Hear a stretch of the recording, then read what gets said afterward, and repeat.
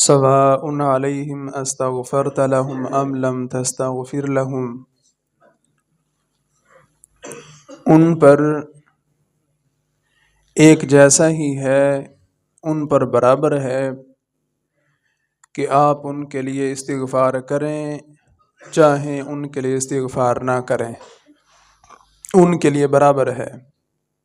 لن یغفر اللہ لہم، اللہ انہیں ہرگز کبھی بھی معاف نہیں فرمائے گا، اس لیے کہ وہ نفاق میں راسخ اور پختہ ہو چکے ہیں، منافقت کی انتہا کو پہنچ چکے ہیں، اور عبداللہ بن ابی خصوصی طور پر تو رئیس المنافقین ہو چکا ہے، تمام منافقین کا سردار۔ اب آپ حبیب ہیں، عبداللہ بن ابی کا بیٹا حضرت عبداللہ، اس کا نام بھی عبداللہ ہی ہے، وہ سچا اور سچا صحابی رسول ہے۔ آپ اپنے صحابی کی دلجوئی کے لیے عبداللہ بن ابی کا جنازہ پڑھائیں، اس کے لیے استغفار کریں، آپ کو منع نہیں کروں گا، آپ کو اختیار ہے کہ استغفرت لہم ام لم تستغفر لہم، آپ کا دل چاہے آپ اس کے لیے بخشش کی دعا کریں، آپ جنازہ پڑھائیں، آپ نہ چاہیں آپ نہ جنازہ پڑھائیں، نہ استغفار کریں، نہ بخشش کی دعا کریں اس کے لیے، یہ آپ کی مرضی ہے اور آپ کو اختیار دیا جاتا ہے، آپ کو منع نہیں کروں گا، آپ جس طرح مناسب سمجھیں ویسے فرمائیں، لیکن لن یغفر اللہ لہم، میں انہیں معاف نہیں فرماؤں گا، میں انہیں معاف نہیں فرماؤں گا۔ وجہ کیوں کہ منافقت کی انتہا ہے، آپ کو جو تکلیفیں دی ہیں، آپ کو جو نقصان پہنچایا ہے، مومنین کو جو نقصان پہنچایا ہے، اسلام کو جو نقصان پہنچایا ہے، وہ کبھی بھی قابل معافی نہیں ہے، اور یہ تو اب کفر پر منافقت پر مر کے کنفرم ہو چکا ہے نا کہ اب یہ ایمان نہیں لا سکتا، اب تو یہ کنفرم جو ہے وہ جہنمی ہی ہے اور کافر ہی ہے، کفر پر منافقت پر ہی مرا ہے، لہٰذا یہ اللہ کا اصول ہے، اور اللہ اپنے اصولوں کو، اپنے قانون کو تبدیل نہیں کرتا۔ لا تبدیل لکلمات اللہ، اللہ کے کلمات میں تم تبدیلی نہیں پاؤ گے، آپ حبیب ہیں، آپ کو اختیار دیا جاتا ہے، تو حضور نے اپنے اختیار کو استعمال فرمایا، اور جب صحابی نے آ کر عرض کی یا رسول اللہ میرا والد ہے، جیسا بھی ہے تو والد، حضور نے اپنے صحابی کی دلجوئی کے لیے جب حضور پہنچے تو عبداللہ بن ابی کو جو ہے وہ دفن کیا جا رہا تھا، حضور نے جا کر اسے نکلوایا، اپنی گود میں رکھا، اس کے منہ میں لعاب دہن ڈالا، اور حضور اس دن خصوصی طور پر 2 قمیضیں پہن کر گئے تھے، اور حضور نے اس کو اپنی قمیض عطا فرمانا چاہی۔ بیٹے صحابی نے عرض کی یا رسول اللہ آپ میرے والد کو وہ قمیض دیں جو آپ کے جسم کے ساتھ مس کر رہی ہے، حضور نے وہی قمیض عطا فرما دی، اور جس وقت حضور نے قمیض عطا فرمائی اسی وقت لوگوں نے کہنا شروع کر دیا کہ حضور اپنے چچا کو عطا کی گئی قمیض کا بدلہ دے رہے ہیں۔ حضرت امیر حمزہ حضور کے سگے چچا رضی اللہ تعالی عنہ جب شہید ہوئے تو حضرت امیر حمزہ رضی اللہ تعالی عنہ طویل القامت تھے، خوبصورت نوجوان، لمبے قد والے، اور یہ عبداللہ بن ابی منافق یہ بدبخت بھی لمبے قد والا تھا، تو اس وقت کفن کے ضرورت کے پیش نظر اس نے جو ہے وہ جلدی سے اپنی قمیض اتار کر جو ہے وہ حضرت امیر حمزہ رضی اللہ تعالی عنہ کو کفن کے طور پر دینے کے لیے اس نے دے دی، تو لوگوں نے اسی وقت کہہ دیا کہ حضور جو قمیض عطا فرما رہے ہیں حضور اسی قمیض کا بدلہ دے رہے ہیں، اور وجہ یہ ہے کہ اس وقت تنگی کا زمانہ تھا،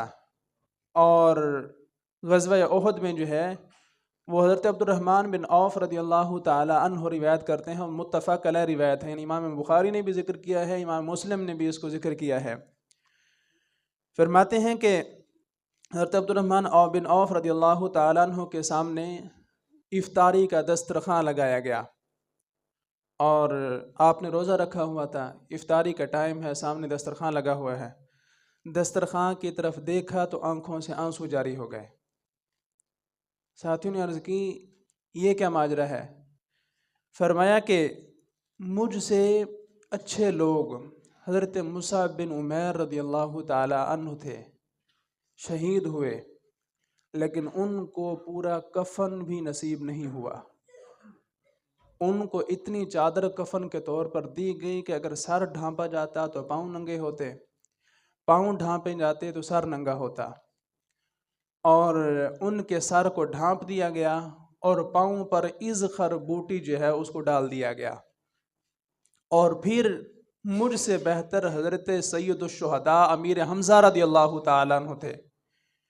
ان کی بھی حالت یہی تھی کہ جب ان کو کفن دیا گیا تو چادر اگر چہرے پر ڈالی جاتی تو پاؤں ننگے ہوتے، اور اگر پاؤں پر ڈالی جاتی تو چہرہ جو ہے وہ ننگا ہوتا۔ تو ان کے چہرے پر جو ہے وہ چادر کو ڈال دیا گیا اور پاؤں پر اذخر بوٹی کو جو ہے وہ ڈال دیا گیا۔ عبد الرحمن بن عوف رضی اللہ تعالی عنہ کنفرم 100% جنتی نوجوان، لیکن خوف خدا کا عالم کیا ہے؟ فرمایا کہ مجھ سے جو بہتر ہیں وہ شہید بھی ہوئے، پھر بھی انہیں کفن بھی پورا میسر نہیں آیا۔ عبد الرحمن اب تمہارے سامنے اللہ کے خزانے اتنے کھل چکے ہیں، کہیں ایسا تو نہیں کہ تمہارے اعمال، تمہاری نیکیوں کی جزا کے طور پر تمہارے لیے دنیا کھول دی گئی ہو؟ سارا دن روزہ بھی رکھا ہے، افطاری کے لیے جو کچھ ان کے سامنے ہے آپ سمجھ سکتے ہیں کہ اس دور میں کتنا ایک کچھ جو ہے وہ دسترخوان پر ہوگا، اور حضور کے سچے اور سچے صحابی ہیں، لیکن پھر بھی خوف خدا ہے کہ کہیں ہماری نیکیوں کی جزا کے طور پر تو ہمیں دنیا عطا نہیں کی جا رہی۔ یہ وہ کامل لوگ تھے، ان کا کامل ایمان تھا، حتیٰ کہ انہوں نے ہاتھ پیچھے کھینچ لیا کہ اور اپنی گریہ وزاری میں جو ہے مصروف ہو گئے۔ تو حضرت امیر حمزہ رضی اللہ تعالی عنہ کو اس نے قمیض دی، تو حضور نے اسی قمیض کے بدلے کے طور پر جو ہے وہ قمیض عطا کر دی، اور حضور نے لعاب دہن بھی دیا، اس کو اپنی گود میں بھی رکھا، قمیض بھی عطا کی، سارا کچھ کیا، اور قبر میں بھی اس کو دفن کیا۔ لیکن منافق کے اندر صلاحیت ہی نہیں ہے کہ وہ حضور کی رحمت کو وصول کر سکے۔ حضور تو رحمت عطا کر رہی ہیں، حضور تو وَمَا أَرْسَلْنَاكَ إِلَّا رَحْمَةً لِّلْعَالَمِينَ ہیں ہی ہیں، وہ تو کنفرم ہے، لیکن منافق کے پاس برتن ہی نہیں ہے کہ جس میں وہ حضور کی رحمت کو ڈال سکے۔ اس کے برتن میں اتنے چھید ہیں کہ حضور تو رحمت ڈال رہی ہیں، لیکن وہ منافقت کے جو ہے برتن اور چھاننی کی وجہ سے وہ چھن کر جو ہے وہ اس کے نصیب نہیں ہو رہی اور وہ ضائع ہو رہی ہے۔ فرمایا لن یغفر اللہ لہم، اللہ کبھی بھی انہیں معاف نہیں فرمائے گا۔ ان اللہ لا یہدی القوم الفاسقین، بے شک اللہ فاسقوں کو راہ نہیں دیتا، اللہ فاسقوں کو ہدایت نہیں دیتا۔ حضور کی تھوڑی نافرمانی کی ہے، حضور کو تھوڑا ستایا ہے، حضور کو تھوڑا پریشان کیا ہے، تو اس وجہ سے ان کو ہدایت نصیب نہیں ہوگی۔ اور اس کے ستانے والے جو ہے وہ جملوں میں سے یہ جملہ بھی ہے، ہم الذین یقولون لا تنفقوا علی من عند رسول اللہ حتی ینفضوا۔ سورہ منافقون میں آپ ذرا تصور کریں کہ اللہ رب العزت اس بدبخت کی بدبختیوں کو گن گن کر چن چن کر بیان فرما رہا ہے۔ اس نے یہ بھی کیا، اس نے یہ بھی کیا، اس نے یہ بھی کہا، اس نے یہ بھی کہا۔ تو کہا کہ وہی ہے نا جو کہتے ہیں کہ ان پر خرچ نہ کرو، جو رسول اللہ صلی اللہ تعالی وسلم کے پاس ہیں، جو حضور کے پاس بیٹھے ہوئے ہیں، ان پر تم خرچ نہ کرو، حتیٰ ینفضوا، یہاں تک کہ یہ پریشان ہو کر جو ہے وہ چھوڑ جائیں اور چلے ہو جائیں اور منتشر ہو جائیں۔ لیکن یاد رکھنا وَلِلَّهِ خَزَائِنُ السَّمَاوَاتِ وَالْأَرْضِ، اور اللہ ہی کے لیے ہیں آسمانوں اور زمین کے خزانے، ساروں کا رازق وہی ہے۔ تم جو ہے وہ تھوڑا سا اپنا بچا کھچا کھانا دے کر اپنے آپ کو رازق سمجھ بیٹھے ہو کہ ہم جو ہے انہیں رزق عطا کر رہے ہیں۔ تمہیں بتایا جا رہا ہے کہ اللہ ہی تمہیں بھی رزق عطا کر رہا ہے اور انہیں بھی عطا کر رہا ہے۔ تم منافق ہو، منافق ہونے کے باوجود تمہیں عطا کیا جاتا ہے، تو جو سچے مومن مخلص صحابی ہیں اللہ انہیں جو ہے وہ کیسے پریشان رکھ سکتا ہے؟ اللہ کے خزانے ہیں، زمینوں کے بھی آسمانوں کے بھی، اور رسول اللہ صلی اللہ تعالی علیہ وسلم کا مبارک ہاتھ اللہ کے خزانوں میں ہے۔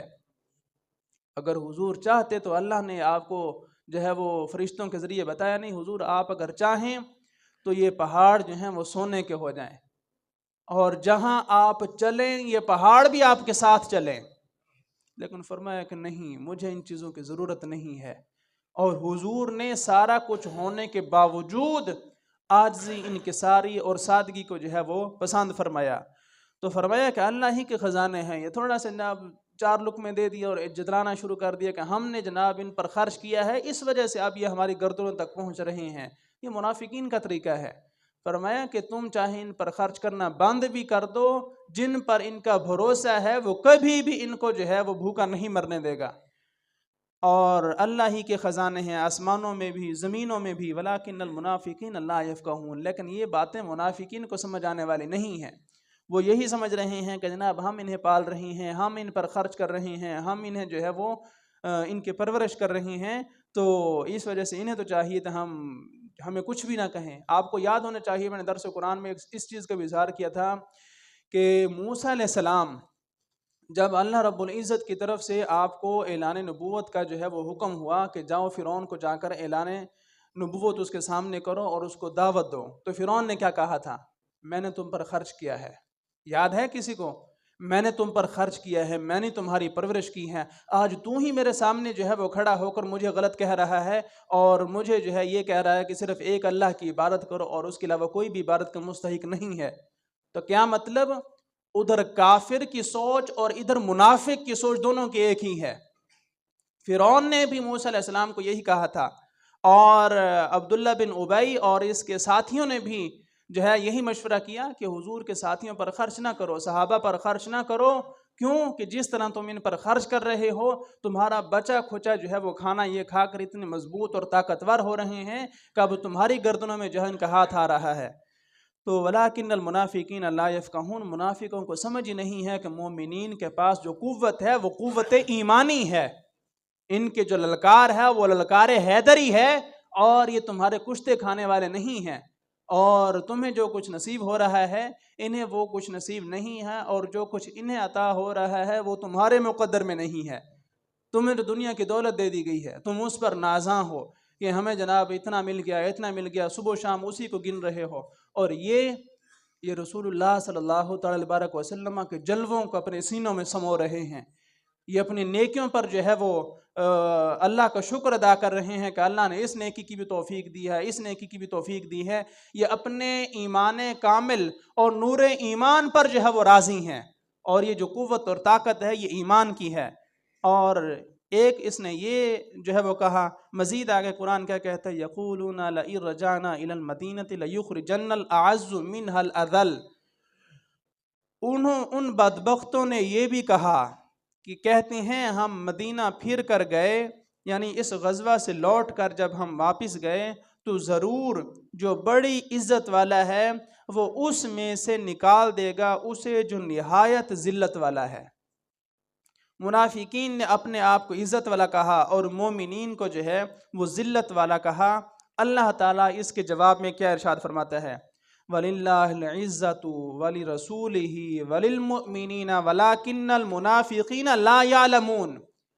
عزت صرف اور صرف اللہ کے لیے ہے، اور اللہ کے رسول کے لیے ہے، اور مومنین کے لیے ہے، اور بدبخت منافق ان کو تو پتہ ہی نہیں ہے، منافقوں کو علم ہی نہیں ہے کہ عزت سب سے پہلے اللہ کے لیے ہے۔ اللہ نے اپنے رسول کو عزت عطا فرمائی، اور اللہ نے اپنے رسول کے صدقے پھر اپنے رسول کے ماننے والے مومنین کو بھی عزت عطا فرمائی ہے۔ تو اس وجہ سے یعنی یہ آپ توجہ تو کریں کہ اس نے اپنے آپ کو معزز کہا، اور اللہ نے جو ہے وہ رد فرمایا کہ نہیں، اللہ معزز ہے، اللہ کا رسول معزز ہے، رسول اللہ کے ماننے والے معزز ہیں، لیکن منافقین معزز نہیں ہے، کفار معزز نہیں ہے۔ یہ اللہ کا انداز ہے۔ اور بیٹے کا انداز کیا ہے جو میں نے آپ کے سامنے عرض کیا تھا، حضرت عبداللہ رضی اللہ تعالی عنہ ابن ابی کا جو ہے وہ بیٹا، اس نے اپنے باپ کو روک لیا اور کہا کہ تم نے حضور کے بارے میں، حضور کے ساتھیوں کے بارے میں اس طرح کی بکواس کی ہے، تمہیں شرم نہیں آئی؟ اب یہیں پر کھڑا ہو کر اقرار کر کہ میں سب سے ذلیل ہوں اور حضور سب سے عزت والے ہیں، سب سے زیادہ معزز حضور ہیں اور میں سب سے زیادہ ذلیل ہوں، تلوار سونت لی۔ آخر کار عبداللہ بن ابی نے اپنے بیٹے کے سامنے اقرار کیا، آواز سے کہا کہ ہاں میں ہی دنیا کا سب سے گھٹیا ترین اور ذلیل ترین انسان ہوں، اور رسول اللہ کائنات کے سب سے معزز ترین انسان ہیں، اور حضور کے ماننے والے جو ہیں معزز لوگ ہیں۔ اور ایک اور روایت میں آتا ہے کہ اس نے اپنے باپ سے کہا کہ یہیں پر کھڑا ہو کر حضور کو پیغام بھیج، حضور تمہیں مدینہ میں داخل ہونے کی اجازت دیں گے تو پھر تم داخل ہونا، اور اگر اجازت نہ ملے تو تم کبھی بھی مدینہ میں داخل نہیں ہو سکتے، اور تمہیں پتہ چلے کہ معزز کون ہے جس سے اجازت مانگی جا رہی ہے، اور ذلیل کون ہے جو باہر کھڑا ہو کر آنے کی اجازت مانگ رہا ہے۔ یہ ان کا ایمان ہے، اور یہ ان کا جو ہے وہ نور ہے جو چمک رہا ہے، یہ محبت رسول ہی ہے، یہ ایمان کامل ہی ہے کہ چاہے باپ ہے، کوئی بھی ہے، کسی کا کوئی لحاظ نہیں ہے، بس حضور کے ہوئے تو انہی کے ہو کر رہ گئے، بس پھر جو حضور کے مقابلے میں آ رہا ہے، چاہے وہ باپ ہے چاہے کوئی بھی ہے، وہ معافی کا مستحق نہیں ہے اور وہ بخشش کا مستحق نہیں ہے۔ اسی وجہ سے صحابی رسول نے اپنے باپ پر بھی گردن پر جو ہے وہ تلوار رکھ دی اور تلوار سونت لی، اور اس سے باقاعدہ اقرار کروایا۔ اور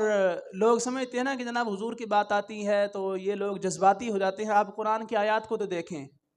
اللہ نے صرف جنرلی طور پر یہ تو نہیں کہا کہ اس نے جو ہے وہ حضور کی توہین کی، حضور پر جملے کسے، حضور کو پریشان کیا، نہیں، ایک ایک چیز کو چن چن کر جو ہے بیان کیا گیا ہے کہ اس نے یہ بھی کہا، اس نے یہ بھی کہا، اس نے یہ بھی کہا۔ حضور رحمت للعالمین ہے، حضور اپنے صحابی کی دلجوئی کے لیے چاہے اس کے لیے جو مرضی کرتے رہیں، حضور کو منع نہیں کروں گا کیونکہ وہ حضور محبوب ہیں، لیکن عدل میں نے کرنا ہے، مالک یوم الدین میں ہوں،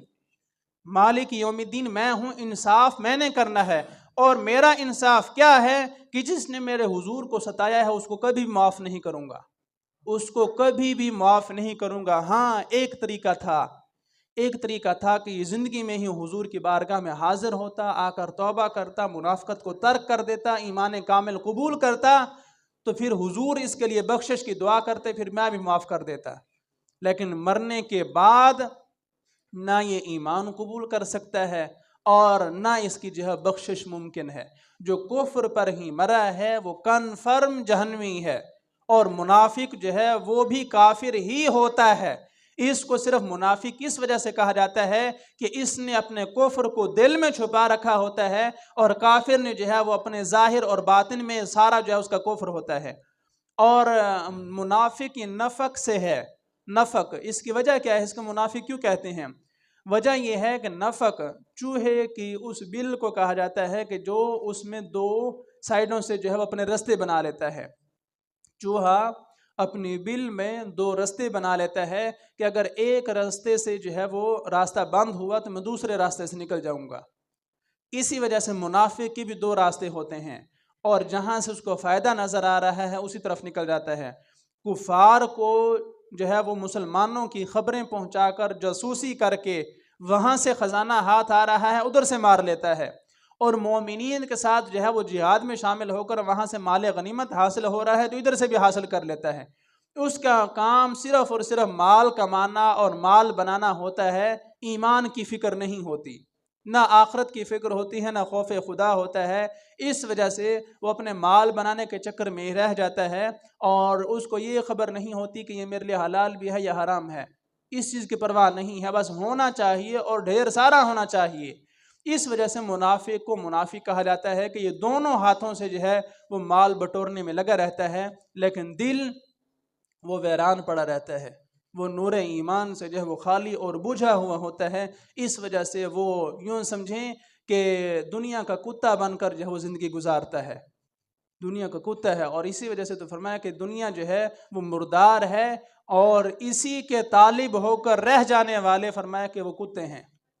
وہ دنیا کے کتے ہیں جن کو اپنے ایمان کی فکر نہیں ہے اور اپنی جو ہے وہ آخرت کی فکر نہیں ہے، وہ ہر ٹائم دنیا کو حاصل کرنے میں لگے ہوئے ہیں، اور کافر اور منافق یہ دنیا کے کتے لوگ ہیں،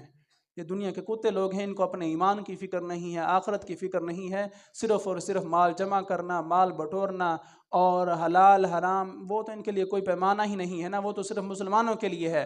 کہ ہمارا حق بنتا ہے یا نہیں بنتا، یہ سارا کچھ ان کے لیے کچھ بھی معنی نہیں رکھتا، صرف مال ہو اور حاصل ہو۔